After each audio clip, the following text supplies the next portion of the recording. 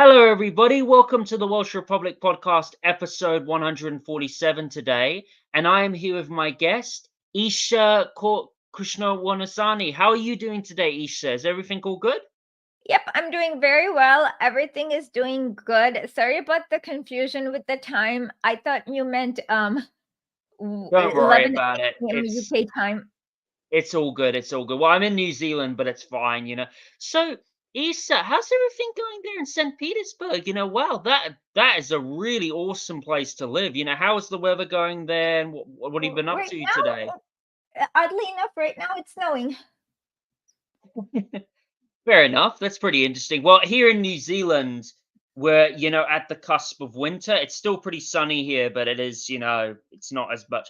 Where in St. Petersburg do you like to go visit in? Your favorite My area to go see? favorite is Lenin's library, of course, because I do a lot of research there. I'm working on my current book.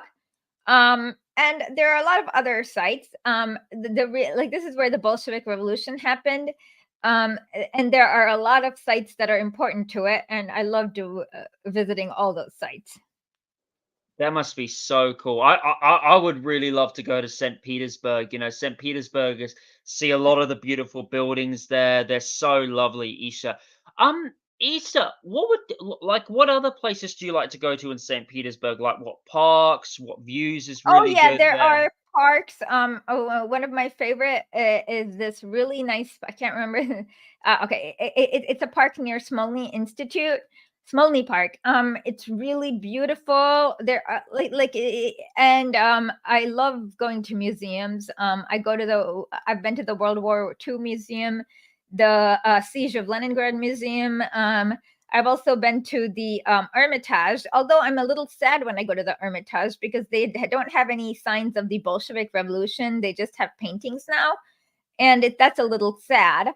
Um, so I feel like, unfortunately, that part is not like has not been preserved or like has been changed from the Yeltsin era and has never been fixed. And so, yeah, that's there's a lot to do. No one's going to get bored here. Yeah.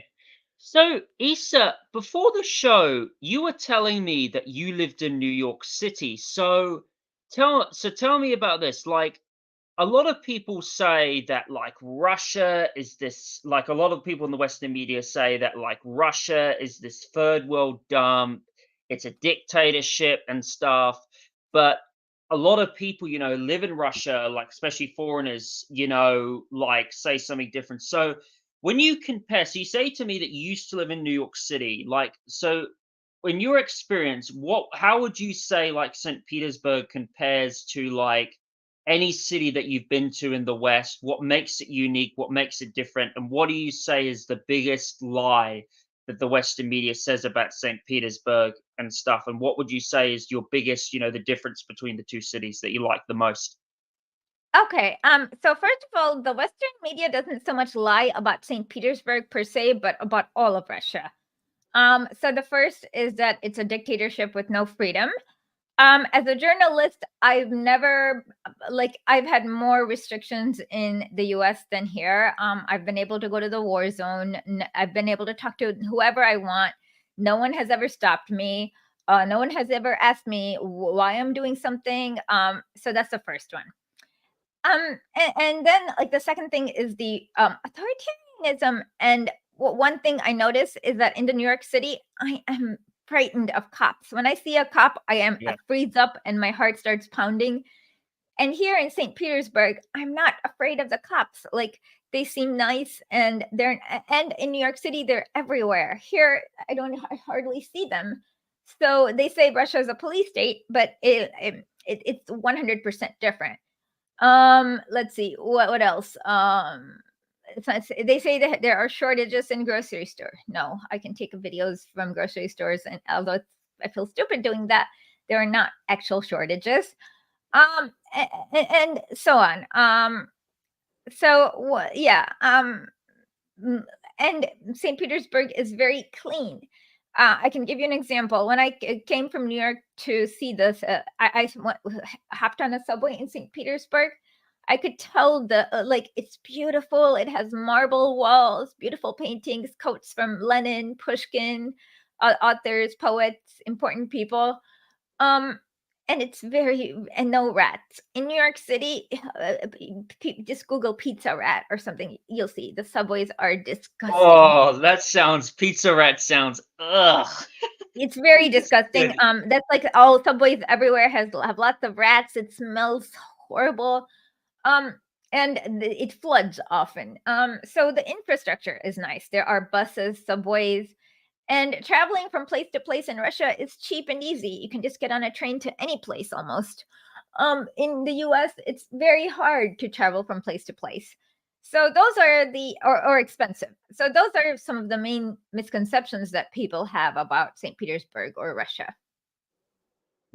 Yeah, that is. So, Issa, you also told me just before the show that you were like an observer for the Russian elections. So, like, when you were like, because a lot of people in the West, of course, are going to say, that, oh, Russia doesn't have free elections, they're all rigged for Putin. But many people bring up a different view. So, when you were like observing the Russian elections, like whether it was at the polling station or how the voting was done, what would you say, like, in your experience from viewing the elections, what would you say that makes the Russian election system much better than the ones in the United States? What makes it different, and what makes it so unique, and what makes it so transparent, especially when there was a lot of international observers who said that Russia's elections are very transparent? And what would you say is the biggest misconceptions the Western media has about of how elections work in Russia, and how do they really work in Russia from your knowledge? Okay. First one is it's rigged. It's the fake election. It's not. Putin is just very popular, and he is very popular because in 1999, before he came to power, extreme poverty was at 40%. Now it's at less than 1%. Let's see. So that's the first thing. The second thing is that it's pretty fair. Like, there are procedures. For example, there is like a limit on how much a party can spend. Something like I have a thread on it on my Twitter, but I don't exactly remember. Like something like around 15 million British pounds. And then there is rules on airtime that they can get, and how much how much they all need to get, and so on. And then on election day, the procedure looked very easy. Most people would come, and it would take them like literally 5 minutes to from start to finish to vote. In the U.S., it's not that way. Sometimes people wait in line for hours, and and polling stations are so close to where people live. Like, most people don't have to walk more than 5 minutes for a polling station. So, and the election is all weekend long, so there's a lot of time to vote. So I think those are some of the most misconceptions. And and because there are so many international observers all over, there are UN observers. None of them saw evidence of any kind of rigging, but they have seen evidence of. Okay, so what happened is that in Moscow, there are some people who are hostile, I guess. And it was them who like burnt the ballot box, one ballot box, but then they were immediately arrested.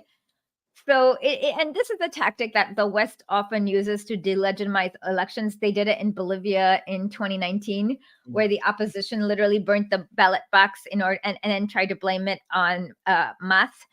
So yeah, those are some of the main observations on the Russian elections. When what thing do you think like the United States could learn from the Russian elections? Like, what examples can it learn in your opinion? Well, one example is that having uniform procedures all over the country. So in the US, with presidential elections, there are not uniform procedures. Each state gets to decide what kind of ballot to use, what to do, what hours to keep there, etc.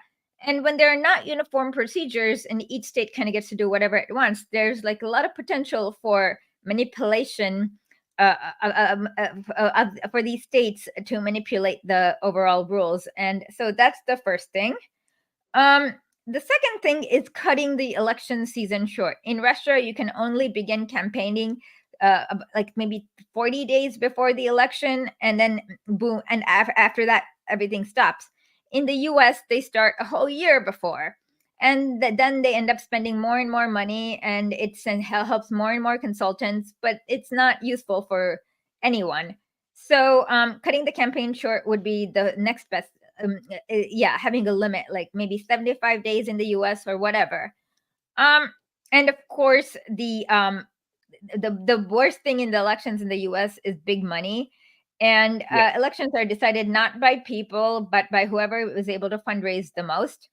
And so there definitely needs to be a limit on campaign finance, campaign funding, how much they can use, and so on, like they do in Russia. So I think those are the things that the US should work on reforming, but it's a catch-22 because everyone with the power to reform that have every reason to keep status quo going. When I look at the Russian elections right now, what like going back to a lot of people were saying the same thing about the Soviet Union. A lot of people said the Soviet Union was a dictatorship. Like, how did the elections work in the Soviet Union? How were they done? And what made them very unique? Can you explain? Yeah, they were much more democratic than anything now in Russia or anything in the West. So elections in the Soviet Union. Okay, so one thing that in the U.S. that has is federalism. So if there is so if the local government votes on something, and a higher power like the state or federal government decides to do something else, boom, that's the end of the story. They'll just dictate, and whatever the local region decided doesn't matter anymore. In the Soviet Union, that couldn't happen. It had to go both up and down. So the first stage was that in Soviet Union, there were like local councils. There may have been village councils, factory councils, etc., depending on where they lived and the population. They were distributed equally. So people ran to be delegates for these councils. And then at the higher regional level, from these local councils, they would send delegates up to the regional level. And then from the regional level, there would be the level of the republic and then the federal level.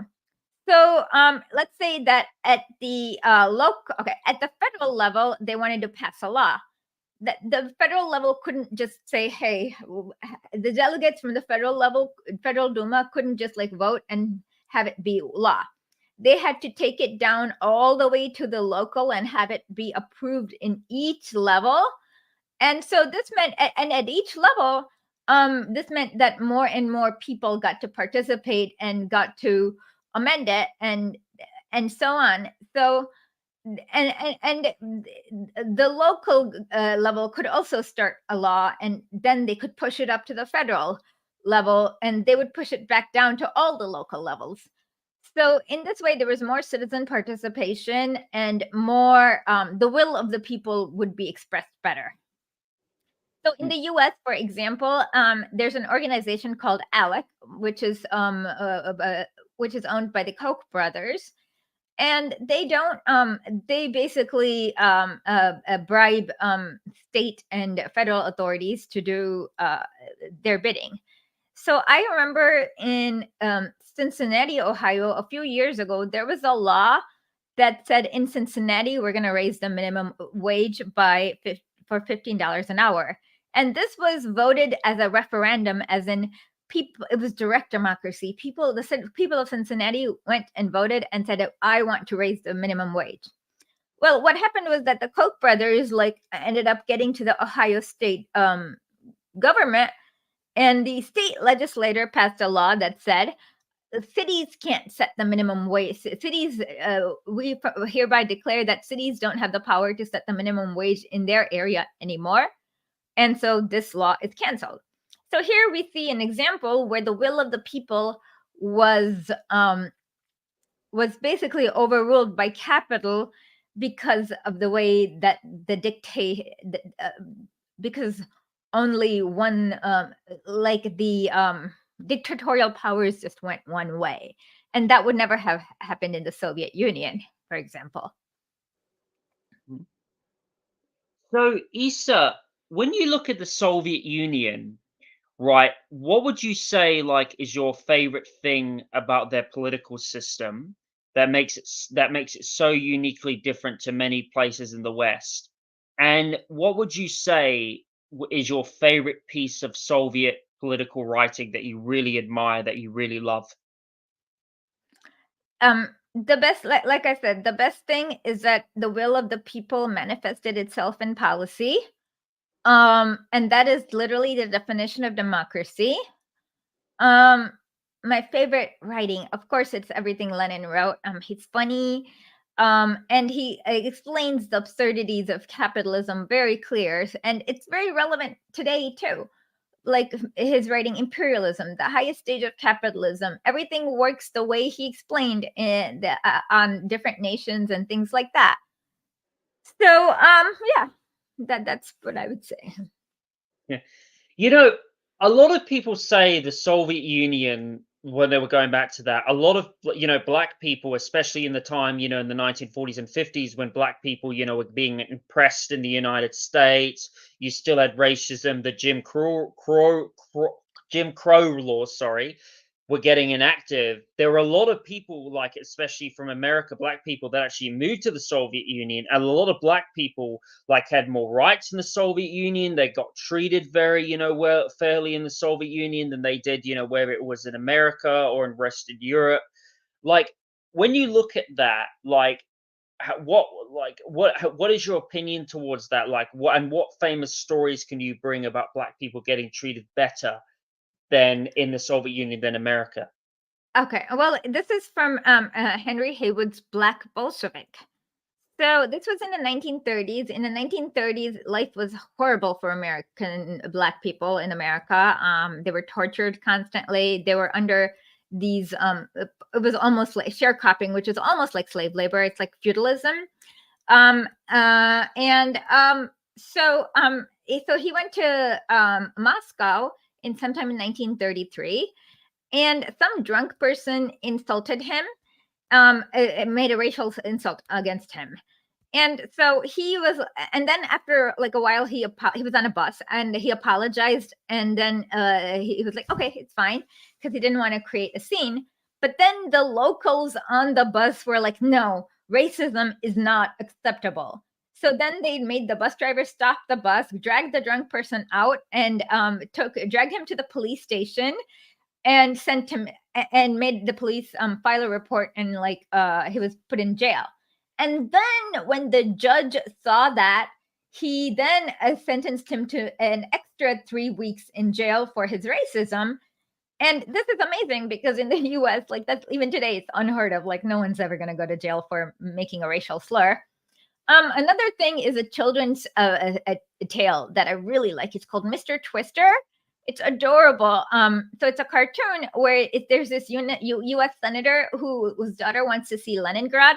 So then they go to Leningrad, and then so then they check out a hotel, and they see a black man in that hotel, and then they panic, and then they want to leave.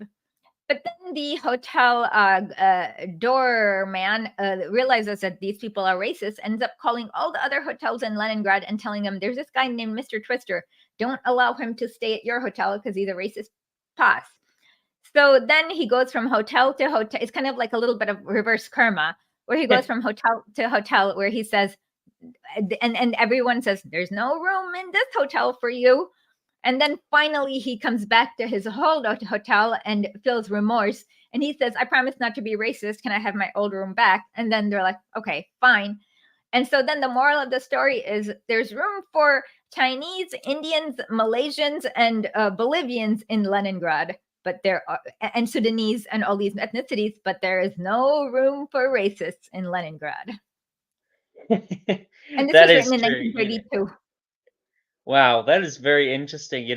I always thought that the Soviet Union was more tolerant, especially towards the West, especially when the Soviet Union, at that time, for a long time in the 20th century, when a lot of the Western countries, like, were torturing places like, Angola and all that Mhm. stuff, and how the Soviet Union, had a lot of, did a lot of good things for places like, in Africa, and especially what they did to Afghanistan, when Afghanistan, was basically like a socialist state.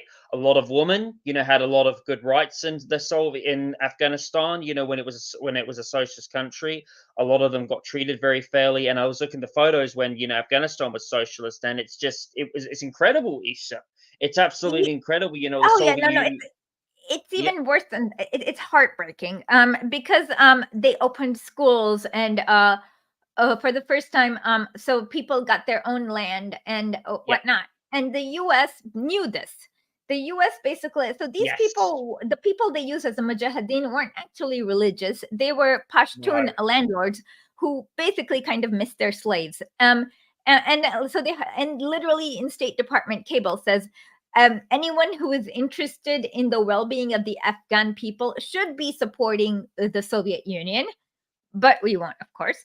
And because we want to send a message to anyone who said, like, to see what happens to any country that resists U.S. hegemony. And then they literally hired like bandits and highway. I could do not. There's in the State Department memo. I have it on my Twitter somewhere. There is like they've literally admitted to hiring highway robbers and complete thugs to do extreme brutality, like throw acid in faces of women who go teach and things like that. So, yeah, and the funny thing is that in the 1970s, while the U.S. State Department, in their own memos, have admitted what the Soviet Union was doing was helping improve the lives of Afghan people, and then these people also knew that the side effect of like having the Soviet lose meant you're going to have somebody like the Mujahideen and the Taliban who are going to take women's rights back, and they continued with it. So it kind of shows you the sociopathy of the American hegemony and how brutal they're willing to go in order to keep it. And it also goes to show you like everything they said about the Soviet Union's involvement in Afghanistan is 100% false. They came at the invitation of the Afghan government, and most of their projects weren't military. They were civilian, as in they were building bridges, irrigation fields, schools, and things like that. So yeah. mhm. Yeah, it is very fascinating, and I'll tell you what, Issa, I really, really like the socialist Afghanistan flag from the 1980s Oh yeah, to I from love their song 1980. too. It's so cool. Like, I'm looking at it right now, and you can see like just the symbol of it. And like, one thing I really love, Easter, about like socialist and communist flags and Middle Eastern flags, they're so much better than Western flags. I don't get me wrong; they're a great Western flag. Look, I think my favorite flag is the Welsh flag. Sorry to be, a bit biased there, but I love the Soviet flags. I mean, I love the Donbass flag. I love, this Afghanistan, flag from 1980 to 1987. It's amazing. What would you say, Issa, out of all the Soviet nations and communist nations, what would you say, had your favorite flag, out of all of them? And in that favorite flag, what makes you like it? And what about the meaning makes it like so good to you? Unfortunately, I don't have a memory of these. I haven't paid much attention, so I can't answer this question. But next time I will. Oh, fair enough. That's all good, But yeah, I know what you mean by that. But going back to, like the Soviet Union and all that. So the as they say, the Bolshevik Revolution is a revolution that, many people in the West say was violent. And right now, what's been happening, you've got a lot of far right wingers that are saying that, oh, that the Bolsheviks were Jews and it was a Jewish plot to take down the Russian Empire. And, it was. There's so much, like, Lenin was a Jew, that it was a deep state, Okay. and like the Bolshevik Revolution was funded by Wall Street. What would you Oh, say, like, when you hear people say that, what would you say, like, was the biggest misconceptions of the Bolshevik Revolution that people really need to understand, like the biggest misconceptions? And like, would you say that the October Revolution was a violent coup? And what do you say to the people who say that without Lenin, Russia would have been a liberal democracy? And what do you say to the people who say that the Bolsheviks was a Jewish plot? Okay, so the first one, yes, without Lenin, Russia would have been a liberal democracy, but that means their illiteracy rate would have been at 88%. What you imagine Russia as today would not have been Russia. So you need to go imagine a third world country, something like Congo, where they have children from the ages of 3 to 17 working in cobalt mines for 18 hours a day. That's a liberal democracy, and that's what would have been Russia without Lenin. So yes, and liberal democracies mean they will protect property at any cost. They will not and the government will not lift a finger to help improve the lives of their citizens. So yes, it would have been a liberal democracy. Violence. Let's look at who started the violence. It was not people who didn't have any power. It was not the workers and the peasants. They did not start the violence. What happened is that in 1905, they went to the Tsar with a request saying, hey, I am poor. I am working a lot of hours. We are starving. We need bread. We need food. Then the people in power, the counter-revolutionaries, responded to that by basically shooting them all down.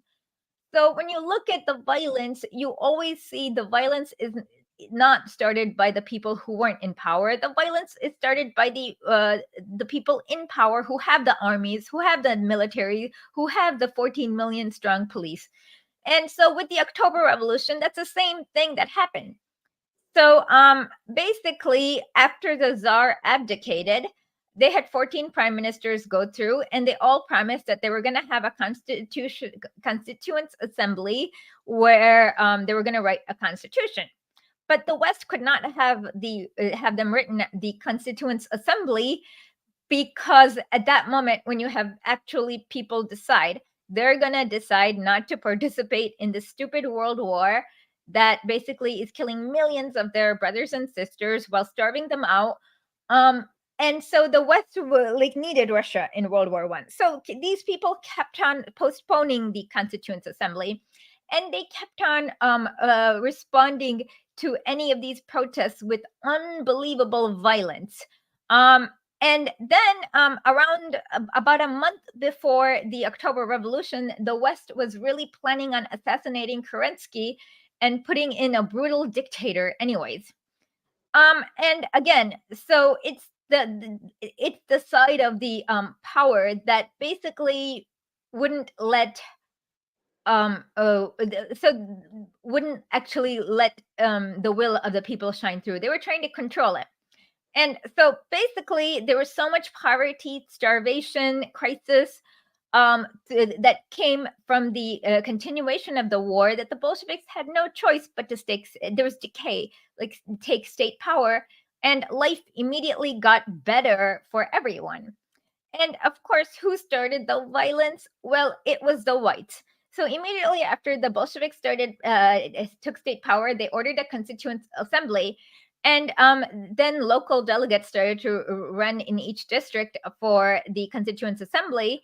And then the White Army, they started murdering every Bolshevik who stood for these elections, which forced Lenin to kind of postpone it, because that's just so basically the Bolsheviks were the only one who's saying, okay, you are under quasi serfdom. You are, we're going to ban that. We're going to make it so that you have food. And things like that. And so there would have been the most popular, and that's why they started murdering them en masse. And then the West then started to, as the Bolsheviks signed the Brest-Litovsk agreement that put an end to their them in the World War, the West started to arm all these white armies, and then the West themselves, 14 countries invaded. And if you look at some of their crimes, it's so brutal. So let me give you one example. So in Siberia, was a guy called Kolchak, and there was a hospital where 60 people were ill with flu. His response was, why don't you kill everyone in the hospital and burn it down? He had the first concentration camps. They would cut off breasts of peasants because they were on the side of the Bolsheviks. So yes, it was violent, but the people who started the violence were the people who were the czarists, the whites, the people who were supported by the West. And they were the ones who needed the unbelievable violence because they did not have the support of the people. When you don't have the support of the people, you have to use violence in order to pacify them, in order to basically control them. And that's what they were doing in the most brutal way. As for the Jews, well, the first Bolshevik government, as Alexander Solzhenitsyn says, had one Russian, one Georgian, 17 Jews. But you have to understand, if you're being oppressed by the government, which they were by the Tsarist government, a revolution would seem like a good idea. So there were a little bit more Jews than there were, than according to their proportion. But that does not mean it was a Jewish plot or anything like that. It's just that they were more oppressed than the average Christian. So they had more of an incentive to join a revolution. As for the Wall Street, that's just an insane theory because that's like literally the worst investment Wall Street would have ever made because they lost millions of dollars. And Lenin, the Bolsheviks nationalized all their concerns, their mining operations, their extraction operations, etc. So if Wall Street did fund the Bolsheviks, that was the worst investment ever. Another thing that a lot of far right people are going on about right now is they're mentioning about the so-called famine. What's it called? It starts with H. Holodomor. Okay, The let me holo, yeah, yeah, okay. yeah. Sorry, I Okay. was just gonna say it's the Let Holodomor. me They were, hold on. yeah, When you say no more, sure. Yeah, let me go ahead, Isha. go Yeah, ahead. go I ahead. know everything about Yeah, it. yeah. Okay. Okay. So let's start with understanding a little bit about agriculture. If there are not enough draft, okay. So basically, in back in the day, even in Tsarist Russia, the way farming worked is that villagers would put their plot together, and you needed a draft animal like a cow or a horse, and that would plow all these plots together. And the longer the plots are, the more efficient it is. And that's how you make sure that there are enough. And humans just don't have the strength without this draft animal in order to be able to plow enough land to feed themselves. That's just the way it is. And in Tsarist Russia, these draft animals were controlled by this class of people called kulaks who would charge exploitive interests. They would make a lot of profit, but then a lot of land would go unharvested. And periodically, every winter, 200,000 people would just like die of starvation because of how much land went unharvested, etc., etc.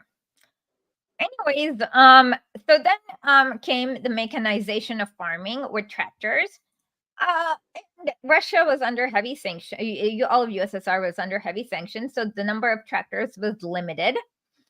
And there were, and this was in the late 1920s or early 1930s, where there was a transition from where they still used these draft animals, and instead of having these landlords own these lands and rent it out, they had it be more like a co-op. Well, what happened is that the landlord class got extremely angry. So there were three things that happened. The first thing is that in 1932 there was a very dry season, and that caused a lot of crops to fail in Ukraine. The second thing was that there was read Mark Tauger about this. There was a fungus that also didn't help these infested a lot of these areas. So a lot of further causing failure to more crops. But then on top of that, we have the problem of the kulaks. They were upset that they couldn't speculate with the grain on the market anymore because they had to give up their surplus grain because there was a shortage. So what they did around the middle or the end of 1932 is that they ended up going through a mass slaughter of all the draft animals, like the cows and horses, so that people couldn't plow their land. They also burned the fields out of rage. And so at this point in early 1933, they basically burnt all their excess grains and they killed all the draft animals. And so there was a famine here. But this was not the fault of the Soviet government because, I mean, the one thing is that they didn't expect these kulaks to like burn all their crops out of rage. And the funny thing is that I can show you articles from the Financial Times that tells you this. So from the 1930s. So it's not like it's not really that controversial. It's just that after the World War I, a lot of Ukrainian former Nazi collaborators came to U.S. and Canada, and they needed to create a villain in Stalin. And so this was like their way of saying how Stalin like oppressed them. And the U.S. and Canada has spent millions, if not billions, of dollars propping up this propaganda. And the thing is that another thing we noticed is that with Winston Churchill, for example, in India in 1944, when he learned about the famine, he said the Indians are a beastly people who brought this upon themselves by breeding like rabbits. Well, the Soviet government, when they read it, like you can see internal documents, and that they were shocked. They didn't understand what happened. And they immediately ordered grain from other areas to go to Ukraine. And in order to so that people may eat. So the reaction, so first of all, they can't control the weather or the fungus. Second of all, the steps they took to alleviate show that it was not intentional. And of course the destructive nature, the kulaks burnt a lot of the grain. So that's the three parts to the Holodomor thing. And the reason why they use the word Holodomor is like from some Ukrainian former Nazi, because it kind of sounds like the Holocaust. And it really comes from the word golod, which means hunger, and smert, golod at smert, which means hunger from death from hunger. And then the Ukrainian version of golod is holod. And so then they abbreviated the smert to mor. And so that's kind of what happened. And I mean, there are thousands. You should read Grover Furr about this. Mark Taugier. There's thousands of articles, like thousands of research, thousands of pieces of research that depict this. And yeah, but lots of propaganda has been pushed. Lots of money has been pushed to creating this propaganda. A lot of it has been. So, Issa, right now, you say that you're writing a new book on the history of the Soviet Union, which sounds very fascinating. I'd love to read that book when it comes out. In that book that you're wanting to write, the book that you're writing right now, what are you hoping to teach people in that book, like about the Soviet Union, that you really want them to know? Well, most people don't understand the miracle. I mean, it's like people who couldn't read, couldn't write, had nothing on their owned nothing on their backs besides the hammer and sickle, were able to basically take over the entire kingdom. And there's a lot of propaganda against them because a lot of power, they scared a lot of powerful forces in this world. And so the first thing is people think authoritarianism, but you can't have a revolution without millions of people working for it, like without their will, without their efforts. And so that's the first thing. And I want to tell their stories. The second is that to understand everything it accomplished, because both China and the Soviet Union are a victim of their own success.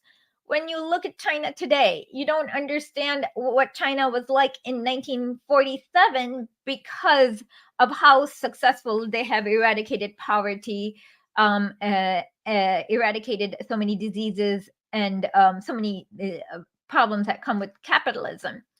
And so when people imagine China before communism, they don't understand what it looked like.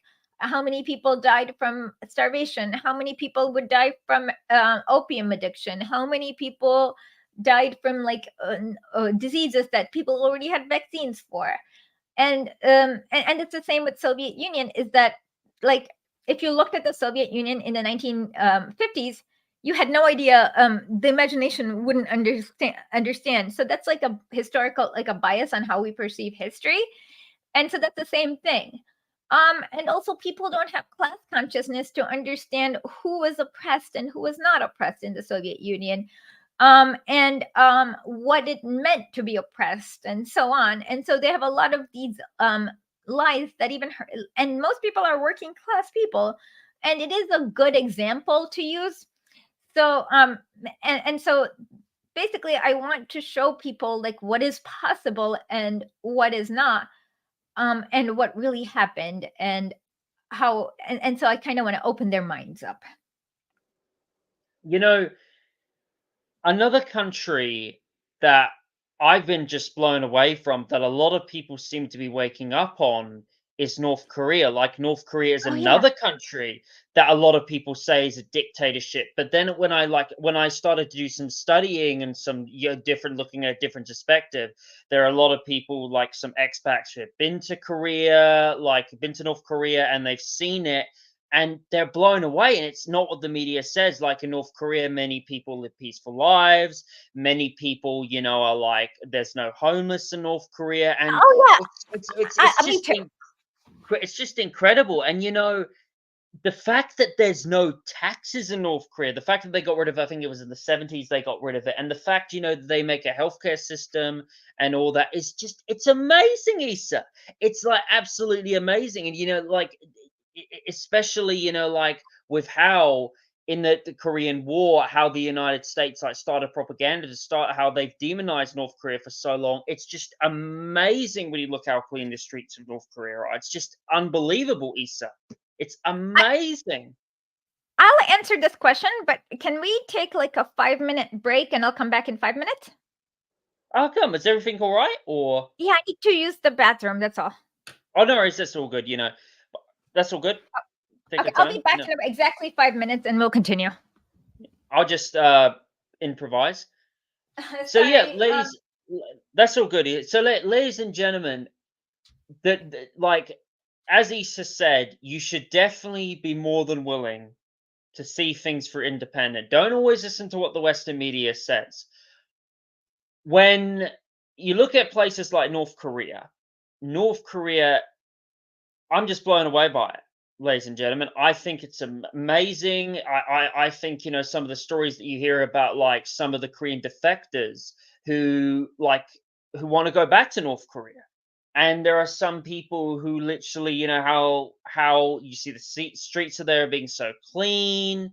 When you look at Penang, especially when Penang has apparently it's got the world's biggest stadium. I think that's true. One of the world's biggest stadiums. It's amazing, like how they manage to do things, how their social system is there, and how the hospitals are so clean. There was a Canadian girl called Eva Bartlett, and Eva Bartlett went to North Korea, and even she said it was so amazing. There was even a band, I think, from Slovakia. Even they did a concert in North Korea, and they were so blown away by how polite the country was, how nice it was. And just for so long, the Zionist elitists have been targeting North Korea, just like how they've been targeting Syria, Libya, just like how they're targeting Syria, Russia, Iran, Serbia, all of these countries, that are against, especially Venezuela too, that are against this agenda. And North Korea is just another victim that is just defending itself, just like China, just like Russia, against this crazy, just the way the West has treated North Korea is just unbelievable, And look, I really recommend, you folks, everyone, I really recommend you guys to also check out this channel called Peng. It's called Peng DPR. Very fantastic YouTube channel. Everything you need to know about North Korea, exposing the Western lies about it. I'm back. Anyways, yeah, ladies and gentlemen, welcome back, Issa. Hello, Issa. Welcome back. Sorry about that. Now I have my water. Yeah. And yeah, sorry about that. So Yeah. Okay, so let's start with North Korea. DPRK. What people Yeah. don't realize is it is the only government that was chosen by the Korean people. So let's go back to the end of World War One. Korea was under Japanese occupation for about 30 or even 40 years. 1905. So that's about 40 years. Yeah. Yeah. Okay, so in 1945, on August 6th, so during this time, during the Japanese time, the Koreans formed a kind of a guerrilla resistance group, and it was led by Kim Il Sung. They started with like 5 people at a classroom, and they lived through hell. So the Japanese occupation, in some ways, I mean, untold number of human crimes against humanity happened. For example, Japan had this biolab called Section 731, where they did all kinds of experiments where they Issa, tell yeah. me about it. I think it's also Unit 47 someone mentioned. It is disgusting. Yeah, What they they were doing just literally now. injected people with smallpox and waited to see what happened. They cut off limbs to see how they would decay. Just the worst of the worst. Even the Japanese, even what they were doing to the Chinese people, to some Chinese kids, it was mental. It was Yeah, mostly they did absolutely it to mental. Chinese kids, but some Koreans too. That's just an example. And in Kim Il Sung's biography, he talks about how in prison they basically broke every bone in his fingers, and so on. But then these people managed to fight, and they mostly liberated themselves at the end. So then there was the Yalta Agreement. During the Yalta Agreement, the agreement was that the Soviet Union would come down to it's called the 38th parallel. And then they would make sure that area is free of Japanese, and the US would come from the south and go up to the 38th parallel. Well, this is what I call Stalin's biggest mistake, is adhering to this agreement, because the Soviets came a month in advance and they stopped at the 38th parallel, which they should not have. So before the Soviets even came, the Korean people had a constituent assembly where they were going to write the constitution. They selected their members and their government, and this was people from both Koreas. Like, there was no North Korea. There was from one Korea, and the government they chose is what later became the DPRK government. Well, a month later, in September, the US came. They unilaterally dissolved the government in the South, and they actually put the Japanese police back in power. And then okay, so and then they started banning Korean newspapers, and so on. And it was brutal. And then they tried to install a puppet. And the CIA files explains that they had a very very small list, because most of the people who were landlords or who were well off after the occupation were collaborators. And so they picked this guy called Syngman Rhee, which the CIA said he was both unpopular and incompetent. And so so then the US came. Of course, most Koreans did not want this foreign occupying power. And so you couldn't actually form a Korean army to defend this brutal occupation, where women would serve as prostitutes for US troops. I mean, they're not women, I'm sorry, children, teenagers. And where there would be intense poverty, and their country would be ruled by by just a whole bunch of Japanese collaborators. Well, so what happened is that many South Koreans defected to the North to start fighting and to reclaim their land. And so the North came in, and the Koreans came in, and then the US saw this and saw that they were gaining an advantage because they had popular support. In fact, the U.S. had a very limited choice of who they could install as leader. One person that they tried to install as the leader, Kim Gu, he was pretty right wing, but he was a patriot, and he did not want a foreign occupying power to take over his country. So he actually went and met with Kim Il-sung. And during this time, the CIA assassinated him. This was a newly formed CIA. They assassinated him.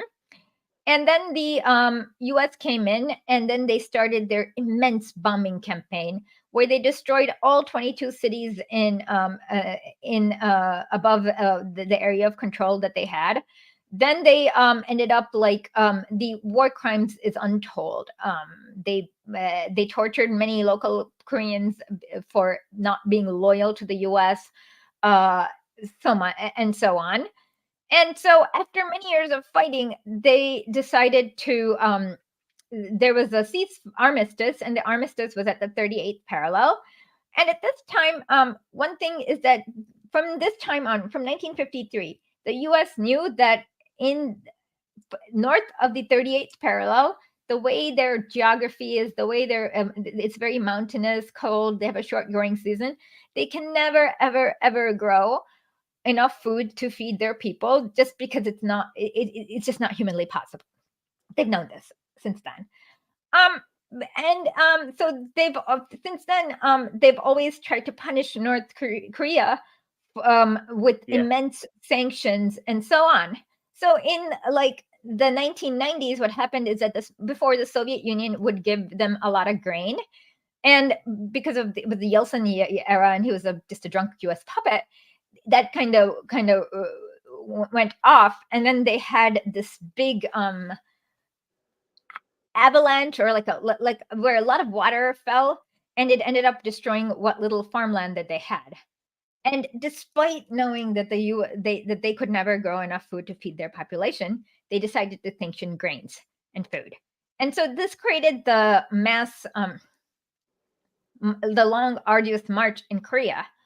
And of course, but then when you look at the Korean constitution, everyone has a right to, if you look at the difference between North Korea and South Korea, for example, the other day I read that in South Korea, now they made it legal to have like people work for 22 hours straight or something insane like that. In the North Korean constitution, it's illegal. Everyone must have have an 8-hour working day.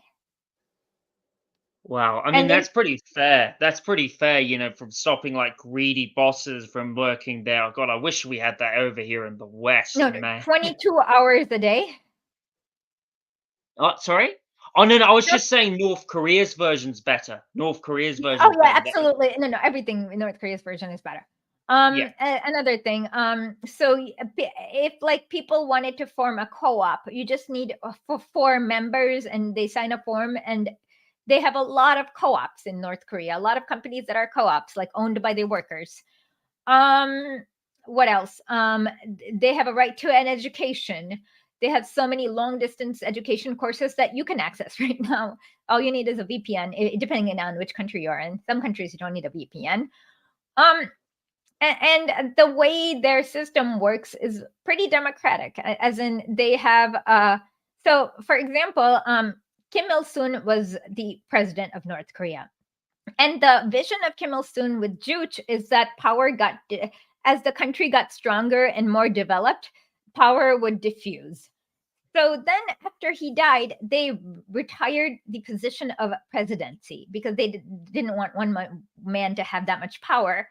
And then they replaced it with the Supreme People's Assembly, as in they have now an elected cabinet of like so many people, and they do the role of what the president used to do. So and that's the main idea of Juche, is that power is going to get diffused generation after generation, and then their constitution constantly gets revised.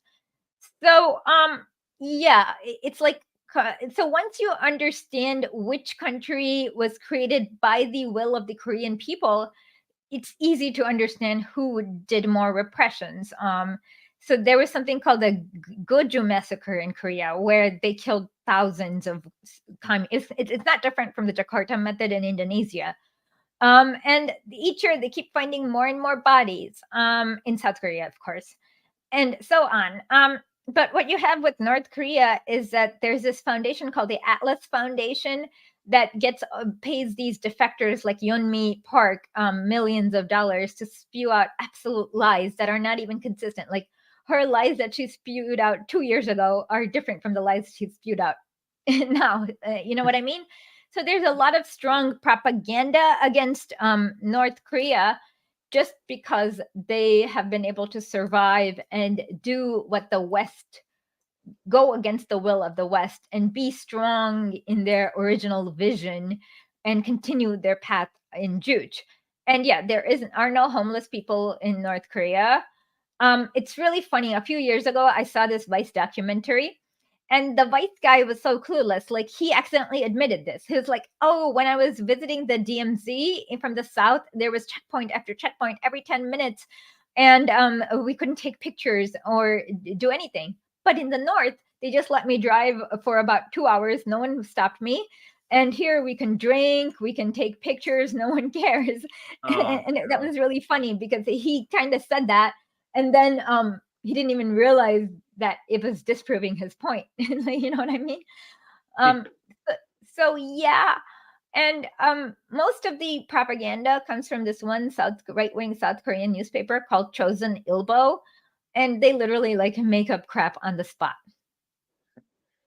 Esha, how do you see the future of North Korea? Do you think, with the way with the world becoming more multipolar and the West declining, do you think that we will see reunification or no? Eventually, yes, we will see reunification. The problem is that right now, the South Korean government has gotten more right wing and more belligerent. They're doing military exercises with both Japan and the US right on their border. They're kind of doing flyovers and sea exercises. So, right now, it is hard, but yes, eventually there will be reunification. How do you see a scenario of the reunification happening? How do you see it happening and how will it happen? Hopefully it will happen. Let's see. I think it'll happen. Hopefully it'll happen similar to what happened in Vietnam. But it's probably harder to do what happened in Vietnam because it's been so the separation has been going on for so long. So I think what will happen is there'll have to be an agreement between the North and the South where each get to have their own autonomous economic zones. And then they'll work on integrating these autonomous economic zones.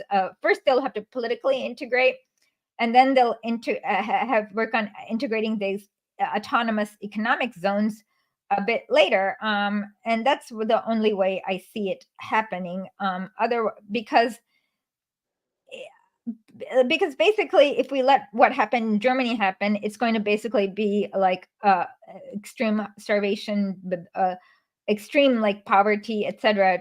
in the DPRK, and the North Korean knows that, so they don't want that to happen. And thankfully they've maintained their education system in a very ideological manner where people understand. And they also have that example of Germany, or the reunification of Germany, where it was basically most East Germans think it's the colonization by the West Germans.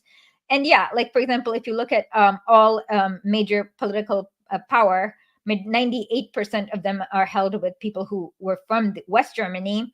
So they'll make sure that doesn't happen.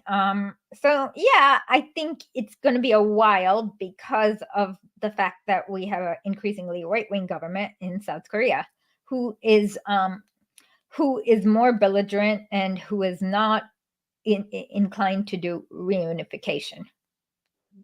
If you ever went to North Korea, what would be the one building and place that you would tourist site that you would love to see in North Korea the most? Oh, everything in Pyongyang. So they have this really nice central square where they completely rebuilt it right after the war. And So I would love to see that. And then they have actually a wall dedicated to Marx, Lenin, Stalin, and Kim Il Sung. It's really nice. So I would want to see that. I'd also want to see the countryside, because you hear all these like weird things about the countryside, and most people, I've spoken to 2 or 3 people who've been there, and one was not even a particularly left-wing person. He was a Christian missionary, and he's like he said, oh yeah, everything they tell you about it is a lie. Like, it's completely different, the countryside, from what you think. And so yeah, I'd want to see that too. You know, I'm amazed how North Korea manages to pull off the zero tax policy, where they don't have any taxes in North Korea. Like, how do they manage to do that, Issa? Like, how do they manage to perform that policy really well, especially with coping with all of the sanctions that they have to deal with? Well, if you know, Texas is not actually for revenue. Every country is sovereign. So what Texas is used is to like force their currency upon the population, force everyone to use that currency, because at the end of the year you have to turn in your taxes. And I think because of these sanctions, they already have that ability to force people to use that currency. So there's like no, they can do it without they can have like okay, so they don't have income taxes or property taxes, but they do have import taxes, if that makes sense. Since you're a journalist yourself, and and you do interviews yourself by interviewing people, what would be the one question who is the sister of the supreme leader again? What's her name? I forgot her name. Kit. If you could, what would be, if you, as an interview yourself, what would be the one question and subject that you would love to talk to the sister of the supreme leader to? The one that many people, Kim really look Yo up. Jong. Yes, that one. Well, mostly I would like to clarify her role, because most people don't realize that Jong Il is not really the leader of the country. He is the leader of the Workers' Party of Korea, and so he often is sent out for a diplomat when it's like a diplomatic issue, and he's sent out because his grandfather commands a lot of respect in Asia and things like that. So and of course the real leader is the head of the state, is the head of the Supreme People's Assembly. So I would like to clarify her role in the government, and if it's just like a diplomatic role, as in somebody who kind of guides treaties or meets with foreign delegates and attaches, or if it's more of like a propaganda role, or if it's more of like a symbolic role. So that's what I'd like to clarify. Yeah, that would be so cool. Like, after Tucker Carlson, like, I mean, whether you like him or not, one thing I would love to see him do. I really would. I think an interview with Kim, the leader of North Korea, would blow. The elitists of the United States would not stand for that, because Kim would just or Kim's sister would just reveal too much truths about the lies of the United States and what they've done to North Korea, whether it's been the war. Oh, can you imagine that interview, Issa? How like massive that would be. It would be huge if Tucker interviewed I Kim. agree. And also, he does a lot of writings, and it's on the website, and it's translated into English almost always. It's on the Korean Workers' Party website, and when you read his writings, it's very well researched, very thoughtful, incredibly. It's very different from what Western leaders put out. Like, he doesn't make any statements without like careful thought, without without like knowing, without having a goal, and so the thought and deliberation that goes into his statements is pretty amazing. Do you think Tucker would do a good job interviewing the North Korean leader, or no? Carson. I know American will do a good job because they lack the basic understanding of history, and so most of the time the leader will be explaining the basics of what happened in 1942 or so on. You know what I mean? Yeah, it will be like that moment, when Tucker was talking to Putin, and then Putin gave him the history laugh, and everyone making Yeah, the memes of it. That was so funny.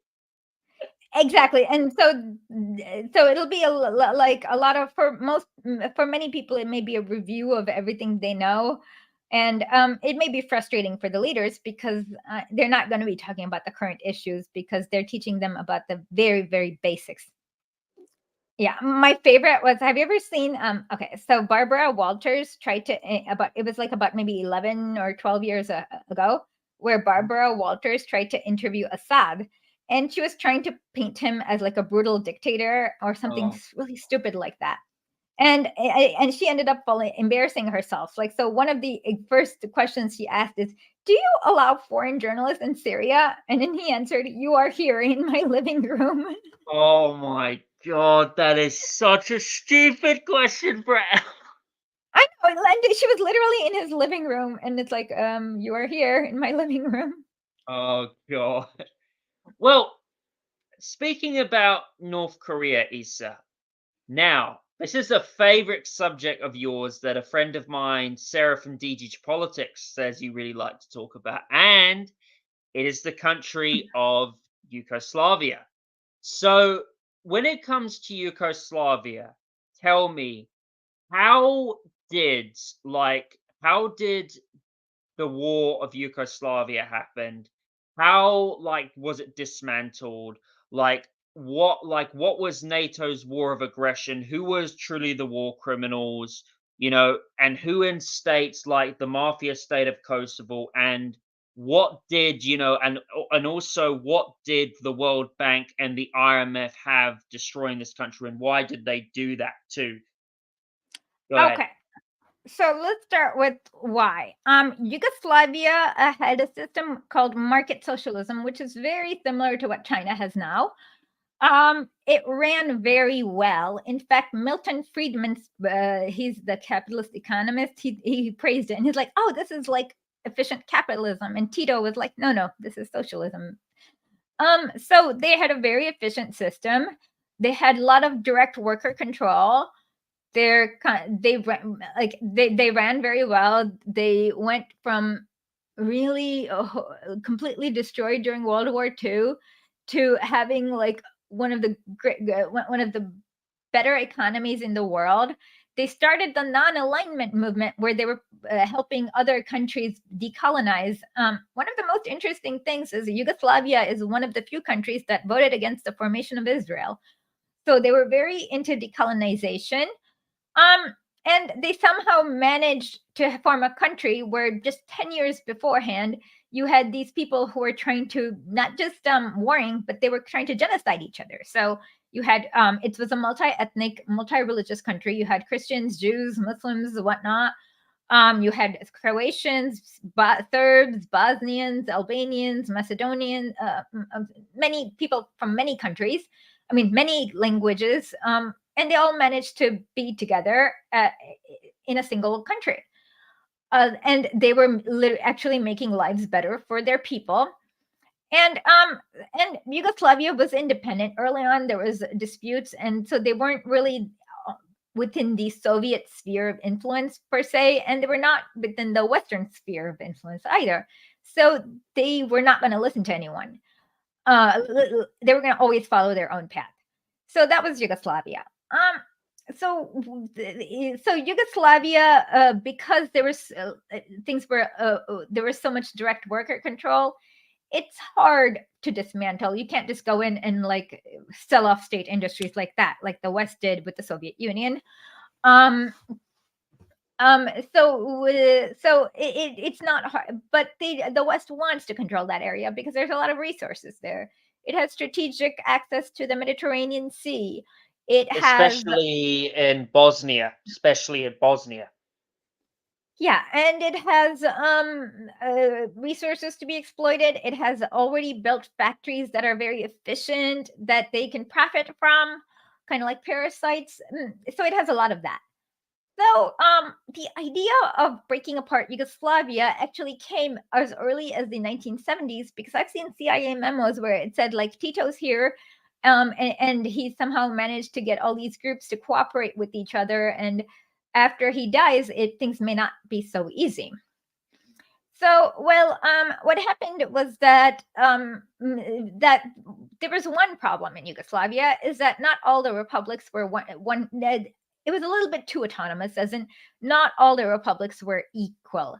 Like Slovenia had a much higher standard of living than everyone else. Kosovo Kosovo was not a republic; it was part of Serbia, but within Kosovo there were a lot of economic problems, and it was in a much lower standard of living. So that's the first thing. In 1989 or 1990, Congress, let me find this exact act, because I don't want to call it the Yugoslavia Destruction Act. There was an act. Hold on.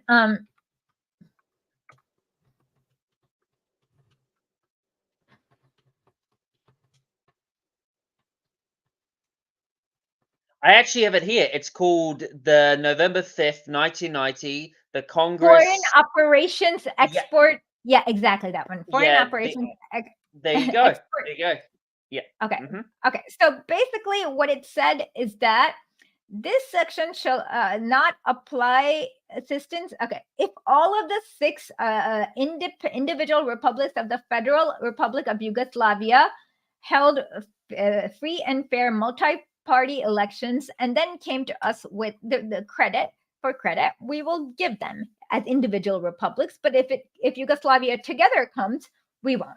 And they were going through an economic crisis, and many countries around that time was going through an economic crisis in the 80s. So basically they passed that act. And so this meant that this gave countries who were higher up on the food chain, or who are a little better off, an incentive to kind of go at it on their own as a way of solving the crisis. So the first country that decided to separate from the rest of Yugoslavia is Slovenia. And they did it, and it was mostly bloodless. So there was a Yugoslavian tank that begged them, please don't. But then they were like insistent. They did it. And then what happened is that but then around this time, the West was like pumping a lot of these extremist fighters, terrorists, whatever you want, into the areas in former Yugoslavia. So sometime in 1987 or 1988, there was in Split, Croatia, there was like a Yugoslavian army tank, and this extreme right-wing militia ended up like it got on top of the tank and ended up brutally slitting the throats of everyone there. So that was the first sign. And in Kosovo, there were a lot more terrorist acts against ethnic Serbs. And so they were building up these right-wing militias. And so then the crisis got worse. And then, the Yugoslavian army kind of split. And when they split, they started having, it was not just the army, but then there was these right-wing militias that were fighting amongst each other so then Croatia formed its own republic. But then when Croatia formed its own republic, then Serbs in Croatia were like, oh, we're Croatian Serbs, so we want to form our own republic. Because if Croatia can split, why can't we split from Croatia? And then the West was like, no, you can't. Which was like, what the F?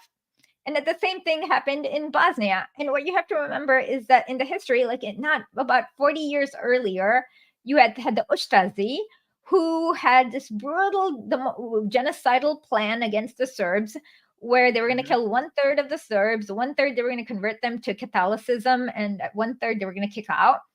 And Bosnian Muslims were part of the Ustazi. I don't know why, but Ante Pavlic was extremely tolerant of Islam for some strange reason. So Bosnian Serbs got afraid. And then they were like, no, we want to join Serbia. And the West was like, no, you can't. We want to form our own country, and split from Bosnia. They were like, no, you can't. And so that kind of happened, and that started creating basically war.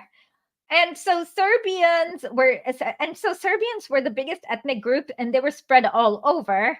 And Serbia was trying to gather their population because they did not want, especially because the far right, who were genocidal not 40 years ago, were gaining power in these areas. So they were like, okay, it won't be safe. And so that's kind of where the war started. And in the early on, and Bosnia did not have enough of a Muslim population to form their own ethno-state.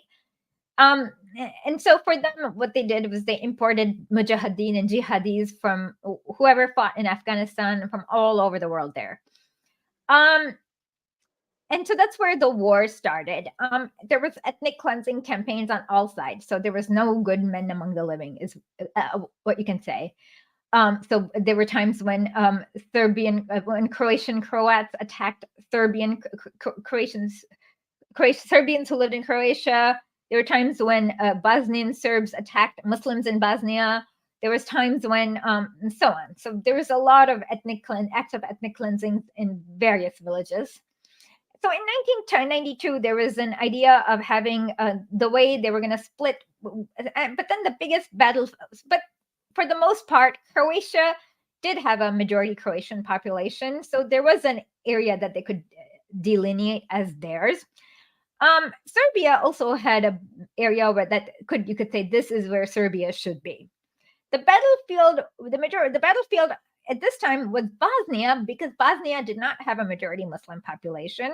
There was Bosnian Croats, Bosnian Serbs, and there was no area that you could delineate as this is going to be Bosnia that would have a majority of Muslims. And so this is where, in 1992, there was kind of a power sharing agreement put on forth, but Bill Clinton convinced Igebijevich to decline it, and then the war continued. There were lots of horrific massacres. They were accusing him, was it the Serbian president, or was it Morovic? You mean him, right? No. Oh, you keep going. Sorry, keep going. We're not even there. Yeah. We are at the 1992 agreement on how to divide Bosnia. Yeah. Mm-hmm. Keep going. You see, everything's all good. Okay. So it was called the Lisbon Agreement, and it was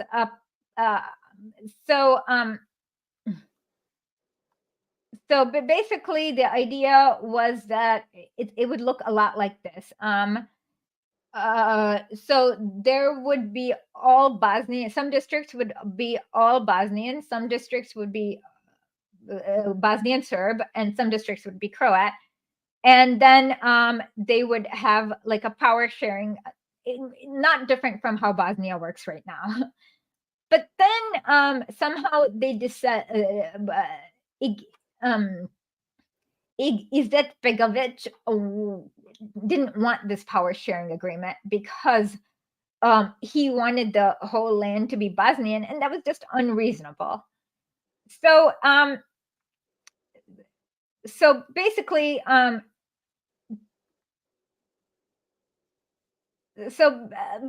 basically it was.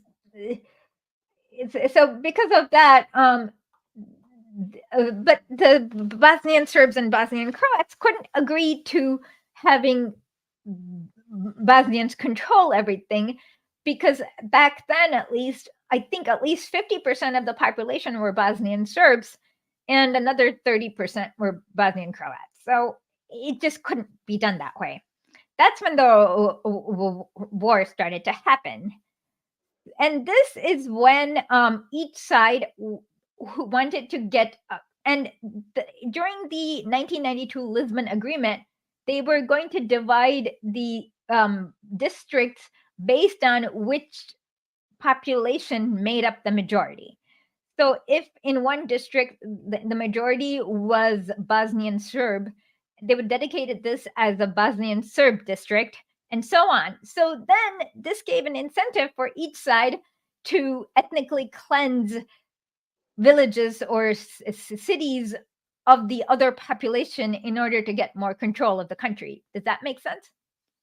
Yes. And this is how the ethnic cleansing campaigns happened. There was a lot of them. And a lot of brutality from every side. There's no innocent people here. Um, so Bosnian Muslims used a lot of brutal terrorists who used from Afghanistan, like the Mujahideen, who would like throw acids in faces of women, like that kind of people. Bosnian Serbs formed their own militia, and there were times when they massacred Muslim men all the Muslim men who were over the age of 14 in certain villages. Bosnian Croats did the same thing. So there were no good men.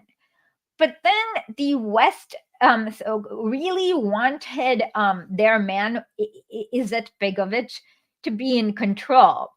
And so this is when they started their propaganda campaign against Serbia, because they didn't want Bosnian Serbs to, even though they made up like at least 50% of the population, to actually end up with more control. And so one is the Srebrenica massacre. So there's a lot of propaganda. What is going on?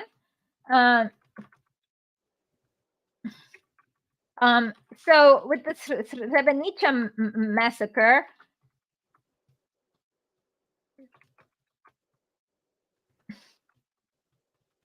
it's kind of hard to explain. Okay, so what happened is that there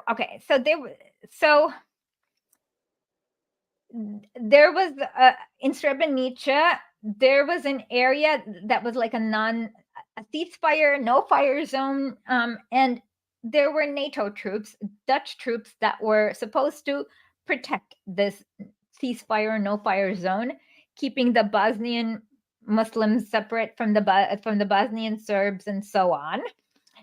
And so they built a gate, and for some odd reason, we still don't know, they opened the gate to allow the Bosnian Serbs to go in and massacre the Bosnian Muslims. And then there were these weird photos where they made it look like the Bosnian Serbs were keeping these people in concentration camps, and that was plain not true. And so that was a very intense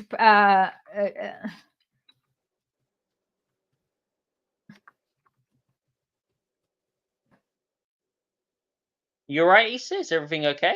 No, I'm trying to remember something. I'm trying to look for that picture. I don't have that picture to share. Oh, sorry So about there's that. no. There is a picture. Does that make sense? Yeah. Mm-hmm. So that the West used to make it seem like Bosnian Serbs were keeping Bosnian Muslims under a concentration camp, under kind of a... Yes, Yeah. that is true. That is true. That is one of the big indicators that started a lot of this feed. But that was not true. So what they did is they captured it from a weird angle, and it was not a concentration camp, but it was a fence erected by NATO to enforce the no-fire zone. Mm-hmm. And so yes, the massacre happened, and they and so there's a lot of questions that to be raised. Why did the Dutch open the gates to allow Bosnian Serbs inside? What did they tell them? What did they tell the other side? Why did this massacre happen? And so this is where the demonization campaign began. And so then so the head of the Bosnian government was called Radovan Karadzic or Karadzic. And they then said that the Serbian government in Belgrade, led by Slobodan Milosevic, gave him instructions, and there is absolutely no evidence of that. There is no evidence of communications that this massacre happened at the behest of the Serbian government in Belgrade. It looks like it was done by the Bosnian Serbs themselves. And so this is where the propaganda campaign began. Unfortunately, this war went on for a little while, and at the end of 1995, they came up with the similar agreement of a tripartite government, where based on the population, basically they would elect 1/3 of the parliament would be Croat, like 1/3. I don't know. Let's just assume like X amount would be Croats, X amount would be from the Republic of Srpska, which is Bosnian Serbs, and 1/3 X amount from Bosnia, and then they would have to vote together in order to continue their policies in this country. So it was basically the exact as the 1995 agreement was the exact same agreement as the 1992 agreement, except you had a few thousand million people dead. So that's the first phase of the war. So then we have about 5 minutes left.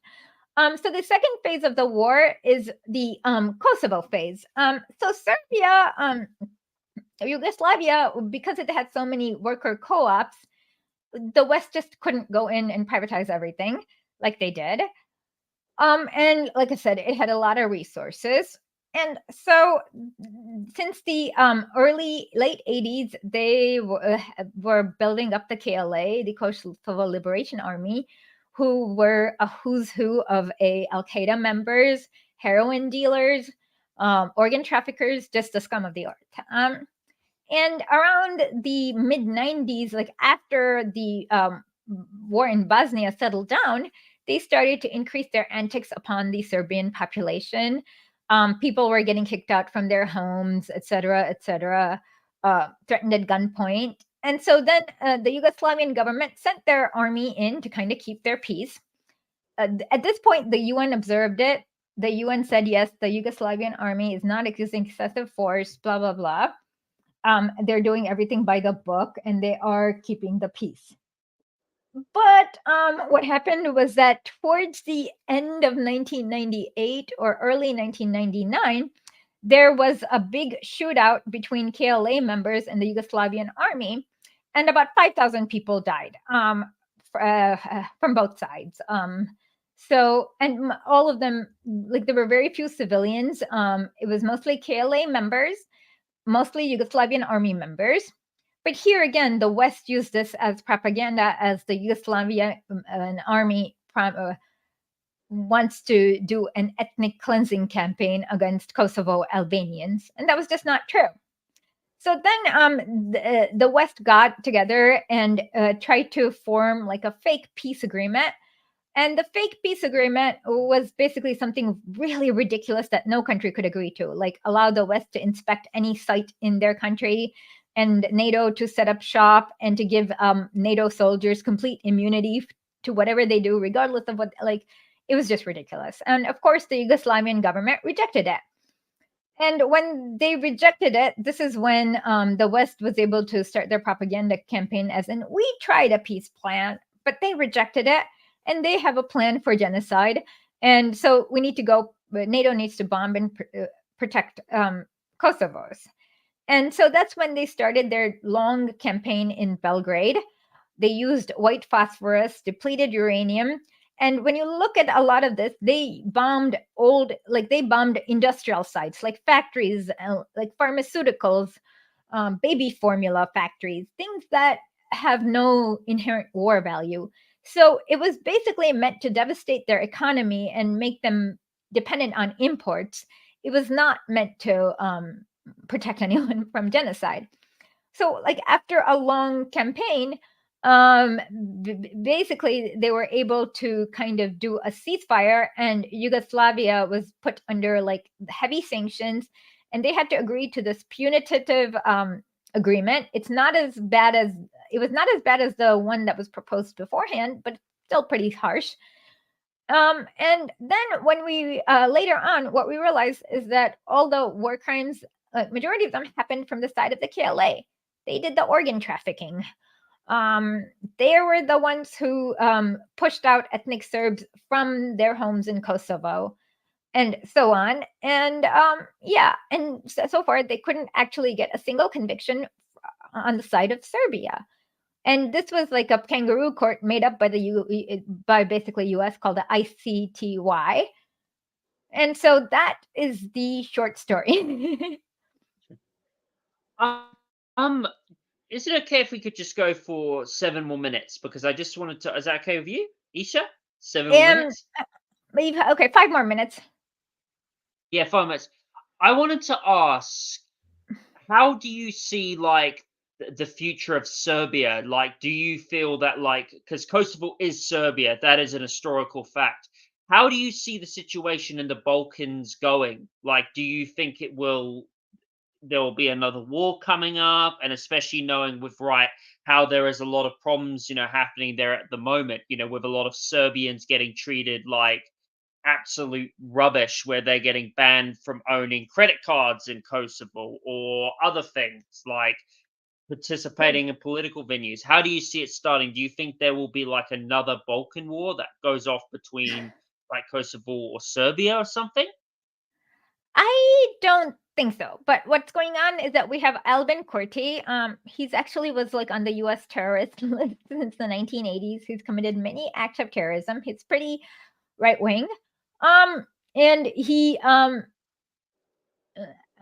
keeps like amping up the right wing sentiment, the anti-Serb sentiment. And he keeps inciting violence right now. So yes, a lot of more Serbian Christian sites are being destroyed. A lot more attacks have been happening against people Serbians who live in Kosovo. Um, so yes, there is an uptick in violence. And so right now, I don't see a war happening. I don't, but I do see this uptick of violence, and it would be interesting to know how Serbia is going to respond to it. Um, mm, and um, and whether or not like this war with like in the Donbass area like creates a precedent for Serbia on how to respond to it. It would be very interesting to see. Um, but right now, I don't think there will be a war anytime in the next few months. So, Issa, before we finish up, is there anything else you would like to say? And where can people find you? Okay, please go to historically HISTORI historic ICLY.net. Become a paid subscriber.